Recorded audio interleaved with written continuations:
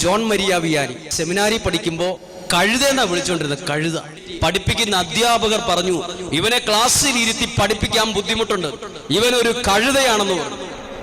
John Maria Vianney തല കുനിച്ചു കഴുതെന്ന് കേട്ടപ്പോൾ. ഭയങ്കര വിഷമായി. ദൈവം ഏറ്റവും എളിമയുള്ളവരെ ഉയർത്തിയിട്ടുള്ളതല്ല. ജോൺ മരിയ വിയാനിക്ക് നല്ല ബോധ്യമുണ്ട്.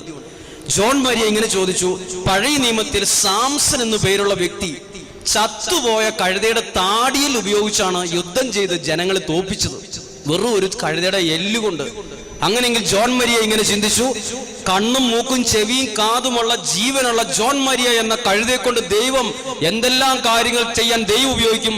ജോൺ മരിയ കഴുതയെ പോലെ ദൈവസന്നിധിയിൽ എളിമപ്പെട്ടപ്പോൾ കുറച്ചു കഴിഞ്ഞ് ജോൺ മരിയ എന്ന അച്ഛന്റെ അടുത്ത് കുമ്പസാരം കേൾക്കാൻ വേണ്ടി 2 ദിവസം മുമ്പ് പോലും ആൾക്കാർ ക്യൂവിൽ നിൽക്കുമായിരുന്നു. ജസ്റ്റ് ഒരു ആശീർവാദത്തിന് വേണ്ടി മാത്രം. എപ്പോഴാ സംഭവിച്ചത്?